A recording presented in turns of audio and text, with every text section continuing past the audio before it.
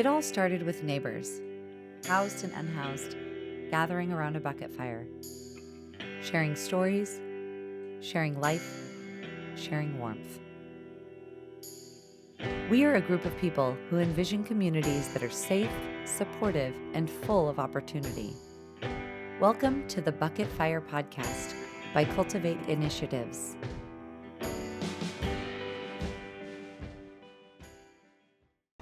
Greetings, friends, neighbors. Welcome to the Bucket Fire Podcast. We have Sandra Fairbank joining us. How are you, Sandra? I'm great, thank you. How are you, Caleb?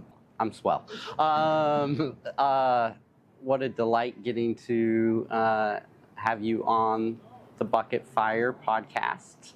Where are you from? Georgia. All right. Yep. Where at in Georgia? A little town called Pelham, which is in southwest Florida, or Georgia, just north of Florida, Tallahassee, Florida. Okay. So how long have you been in Oregon then? 11 years. Okay. No, it's been longer than that. Like 14 years, I think. Wow. Yeah, it's been a long time.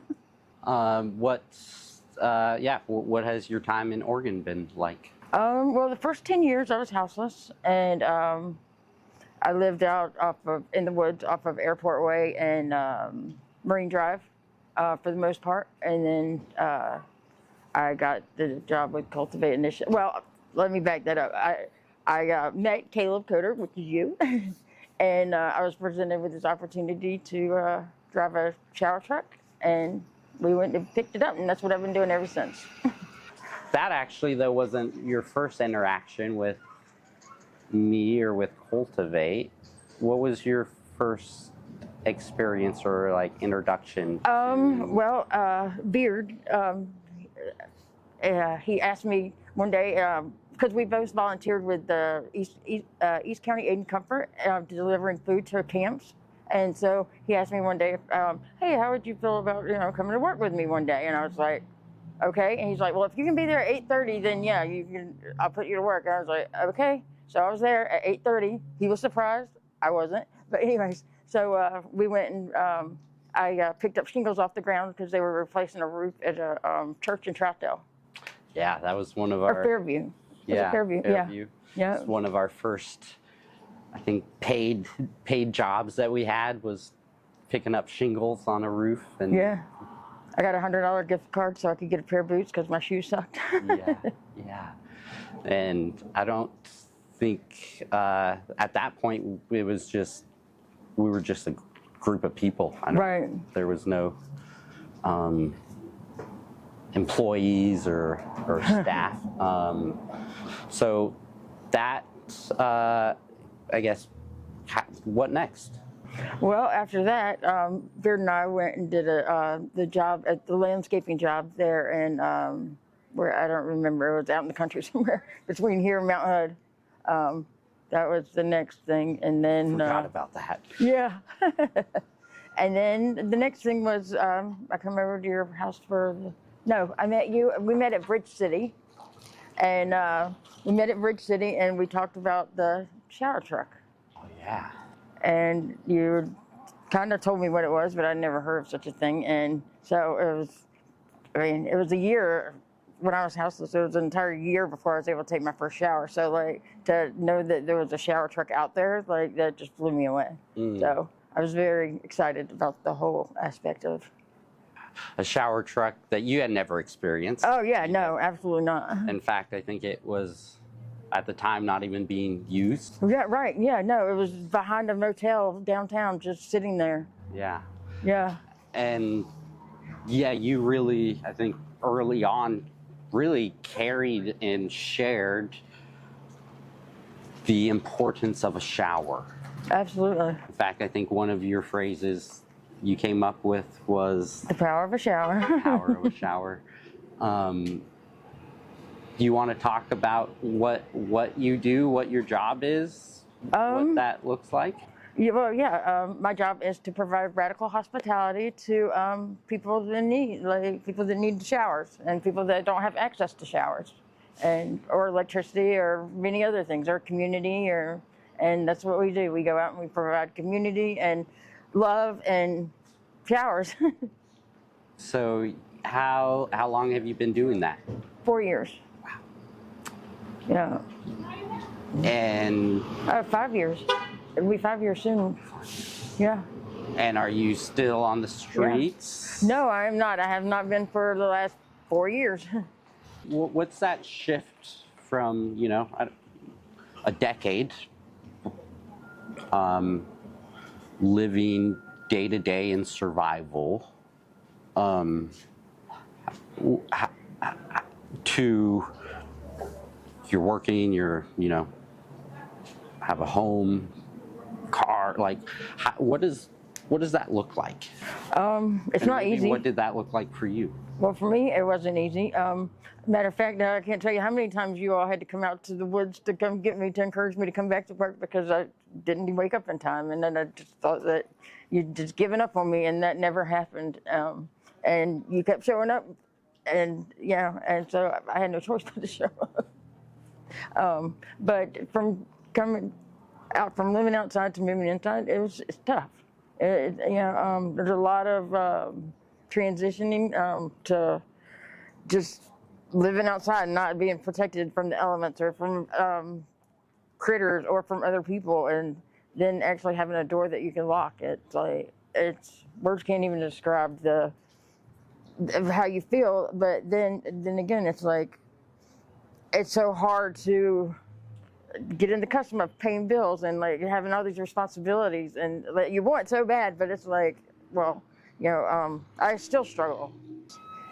I don't think you're alone in that. Right. Yeah, no, I'm not. But I think just the realness of being in survival for a long time, like that, rewires our brain, our responses, our reactions. And so how could it not impact?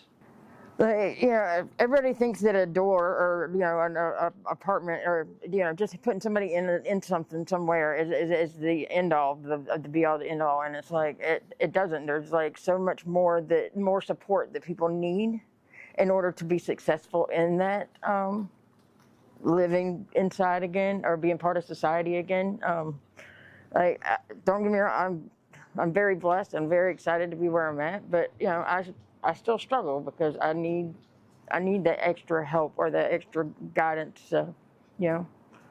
You support a ton of people in that. Just thinking of the number of people that you have inspired to change the trajectory of their life isn't it incredible? It's unspeakable. What are some things that you wish that our neighbors that are still in survival, or maybe are still on the streets and don't see that hope or don't see a way out? What would you say? Well, the same thing I say to when we have our interns come in, and they don't know, like they're hoping but they don't know if they're going to wake up. They're like, just keep showing up. That's what I was told. Just keep showing up, and eventually things will work out. And and it does, and it will. Just they're not alone. There are people that care about them, whether they know it or not. And just keep showing up. And no matter what that looks like. Yeah. What would you say to maybe our friends or neighbors that have been very judgmental of those on the streets or in survival? Be kind to people, because you never, at our shower sites, we may be the only person that particular person interacts with all month, all week, all year, and we could be what makes their day or their life better, or we could be what makes them right in their life. And I choose the radical hospitality to make them feel as important as the closest person in my life. And that's, if we keep spreading that love, I feel that you can't go wrong. You can't go wrong. And having hate in your heart is not going to get you into heaven. It's not. And I just love your neighbor. Love your neighbor, no matter if they're housed or unhoused. It makes me think that it's like we make people prove Right. or show that they Are trustworthy, or they're worthy, or it's they're worth spending time investing in, and being human's been enough. Yeah, I mean, I think it's one of our values is like helping others see the value in their own lives and giving people opportunities to be trusted or to have responsibility. Right. Shows that value.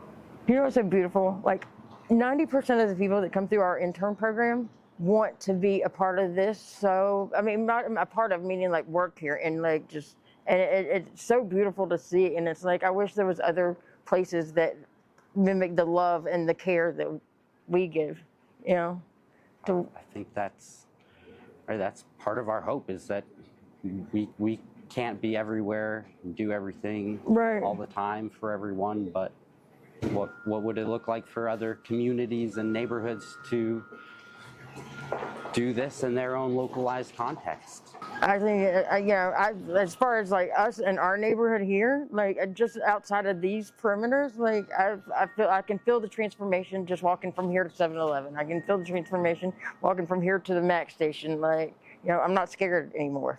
And years like before, I wouldn't do that. Like, nope. Now it's like, wow, I can ride my bike to the Max and get on the Max and go home, which is really cool. Any parting words you'd like to share, Sandra, before they make us wrap it up? We could go on for hours, right? I know, right? Yeah, probably. Well, how did you come up with the name Cultivate Initiatives? Where did that come from? That's going to have to be on another episode. Part 2, maybe? Sandra interviews Caleb? Okay, we could do that. Okay. We could do that. You heard that, folks, right? Okay. Sandra, thanks for living out what it means to truly provide hope and transformation to our neighbors, and appreciate you. There we go. Where'd my gummy worms go? All right. Should we get a If you're inspired by the stories you heard and want to be part of positive change, visit our website, stop by for a tour, or simply say hi to a neighbor. There's always room for you around the fire.